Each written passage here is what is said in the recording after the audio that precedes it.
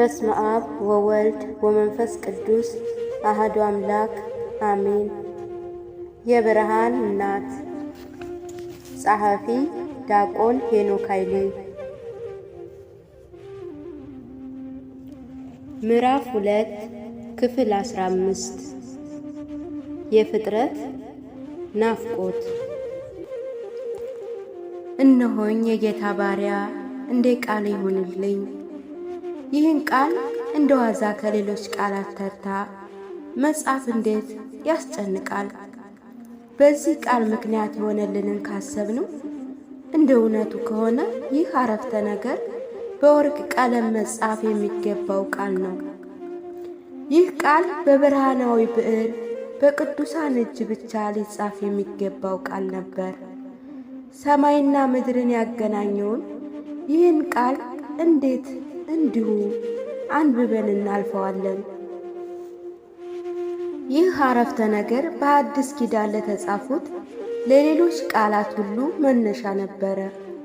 ይህ አረፍተ ነገር የሰው ልጆችንም እግዚአብሔር ተጠባብቀው የሰሙት ድንቅ ቃል ነበር።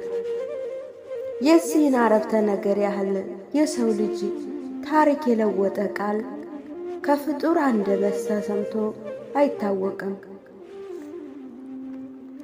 ብዙ ከማትናገረው የ15 ዓመት ብላቴና ድንግል ማርያም አፍ የወጡት እነዚህ ውድ ቃላት በመናገራቸው ያስከተሉት ነገር ፍጥረታትን ሁሉ ለዘመናት ሲናገሩ ውለው ቢያድሩ ሊያመጡት የማይችሉት ነገር ነው።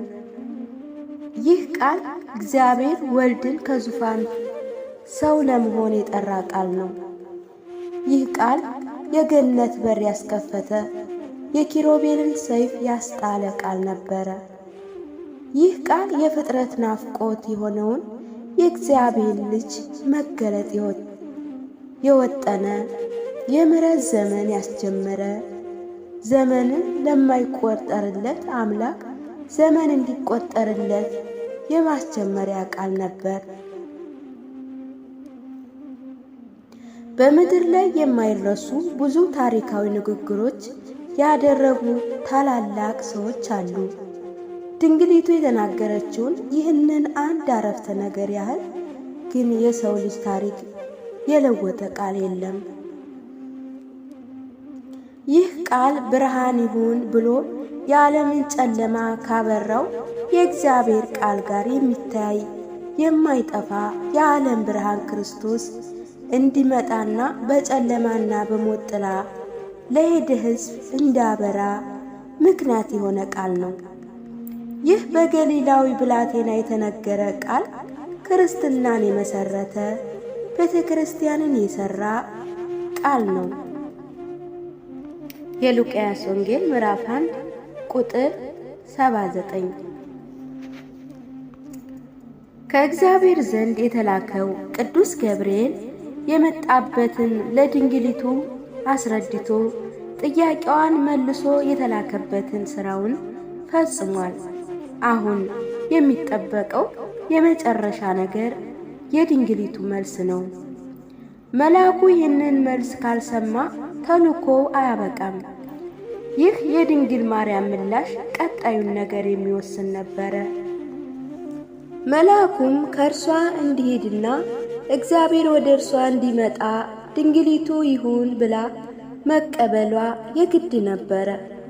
የሰው ልጅ የመዳን ዕድልም ድንግሊቱ መልስ እስክትሰጥ ድረስ የሚጠበቅ ነገር ነበር።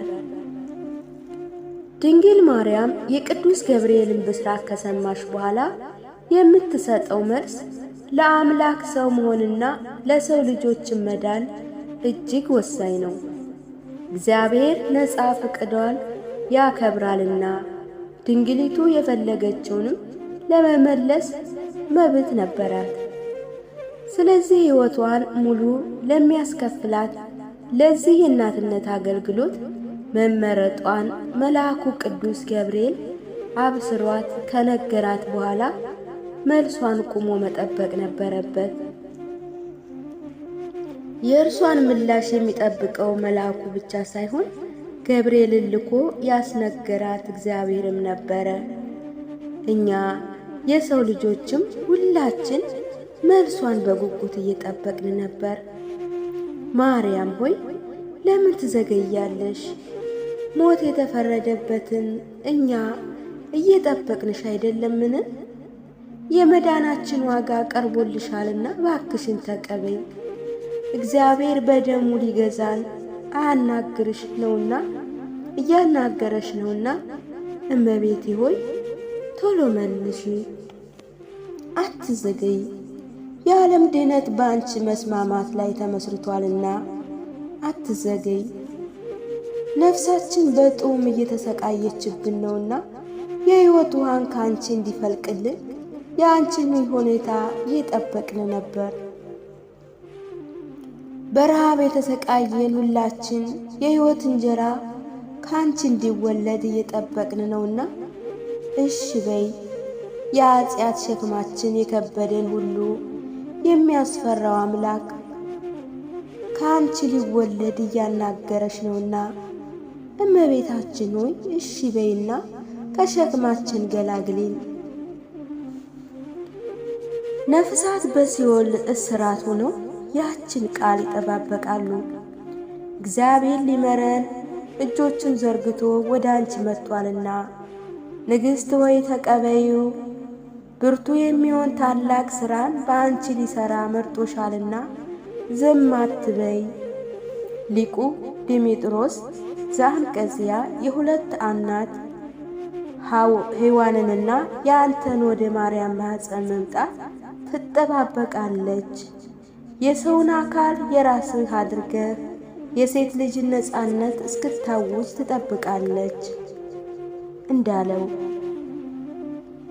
ሐዘንተኛይቱ እናትሽ ሔዋን በሲኦል ሆና እየጠበቀችሽ ነውና እባክሽን ፍጠኚ። ነቢያት ሁሉ የትንቢታቸው ፍጻሜ ላዩ እየጠበቁሽ ነውና መልስ ለመመለስ አትቆይ። አንቺ በሺህ ዓመታት ዝም ብለሽ ብትቆይ በእግዚአብሔር ዘንድ አንድ ቀን ነው። መዳናችን በተስፋ ለምንጠብቀው ለእኛ ግን ረዥም ነው። በሲኦል ላሉ ነፍሳት ደግሞ በሲኦል አንድ ሰከንድ መቆየት ከምድር ላይ 1 ዓመት ከመሰቃየት የከፋ ነውና ድንግል ሆይ እባክሽን ፈጥነሽ መልስ ስጪ የሚያሰኝ ቅጽበት ነበረ።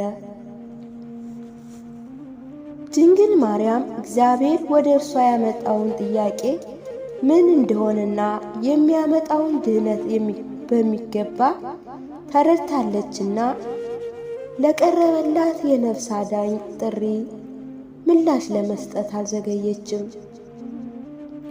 ሙሴ እስራኤልን ከባርነት ለማዳን መመረጡ ሲነገረው እነሆ አያምኑኝም፣ እግዚአብሔር ከቶ አልተገለጠልህም ይሉኛል ብሎ ከእግዚአብሔር ለመላኩ ማሳያ የሆነው ዘንድ አስቀድሞ ምልክት ጠይቆ ነበር። ይህች ድንግል ግን በመንፈስ ቅዱስ ጸነሰው ብዬ ስናገር ሰዎች አያምኑኝም ብላ ምልክትን አልጠየቀችም። እንደ መስፍኑ ጌዴዎን ስለ መመረጧ ጥል በጽምር ላይ ወርዶልኛል ካላየሁ አላለችም። ካላመን በሚመነጭ ክርክርም የሰው ልጅን ድህነት ለቅጽበት አላዘገየችም። እነሆኝ የጌታ ባሪያ ብላ በትሕትና ተቀበለች እንጂ። በመጽሐፍ ቅዱስ እነሆኝ ብለው የሚናገሩ አባቶች የጠራችው ልጆች፣ ንጉሣቸው የጠራቸው ሎሌዎች፣ ፈጣሪያቸውን የጠራቸው ነቢያት ነበሩ። ነቢዩ ኢሳይያስ እነሆኝ እኔን ላከኝ እንዳለ እነሆኝ ማለት ለመታዘዝ ዝግጁ መሆንን የሚያሳይ ቃል ነው። ኢሳይያስ 6:8 ድንግሊቱ አምላክ ከእርሷ ሊወለድ እንደመረጣት ስትሰማ እነሆኝ ብላ ራሷን አቀረበች። ሰውነቷ ዙፋን አድርጎ እንዲያድርበት፣ ማኅፀኗን ከተማ አድርጎ እንዲያርፍበት፣ ሥጋዋን ምንጭ አድርጎ እንዲፈልቅበት፣ አካሏን እርሻ አድርጎ እንዲበቅልበት እንሆኝ አለች። እግዚአብሔር ራሱን ለዓለም አሳልፎ እንደሚሰጥ ድንግል ማርያም አስቀድማ ራሷን ለእግዚአብሔር አሳልፋ መስጠት ነበረባት። ስለዚህ እንሆኝ ብላ ራሷን ለፈጣሪው አስረከበች። አንድያ ልጁን ለዓለም ይሰጥ ዘንድ የወደደው እግዚአብሔርም ለዓለም ከመሰጠቱ አስቀድሞ ለድንግሊቱ ሰጣት። የሰው ልጆች አማኑኤል እግዚአብሔር ከኛ ጋር ሆነ ብለን ደስ እንድንሰኝ አስቀድሞ እግዚአብሔር ከድንግሊቱ ጋር ሆነ። ድንግሊቱ እነሆኝ የጌታ ባሪያ ብላ ሰውነቷን አሳልፋ ለፈጣሪዋ ሰጠች። ባሪያ አይደለሁምን? የፈጠርኸው ሰውነቴስ ያንተ አይደለምን? አንተ ጌታ ነህ፣ እኔም ባሪያ ነኝና የወደድኸውን አድርግ ስትል እነሆይ ባሪያ አለች። ጌታ ባሪያውን ሂድ ቢለው ይሄዳል፣ ሌላውንም ና ቢለው ይመጣል፣ ባሪያውንም ይህን አድርግ ቢለው ያደርጋል። ድንግሊቱም ባሪያ መሆኗን አምና ያላትን ለማድረግ እነሆይ ባሪያ አለች። ማቴዎስ 8 ቁጥር 9። ወስብሐት ለእግዚአብሔር ወወላዲቱ ድንግል ወለመስቀሉ ክብር። ይቆየን።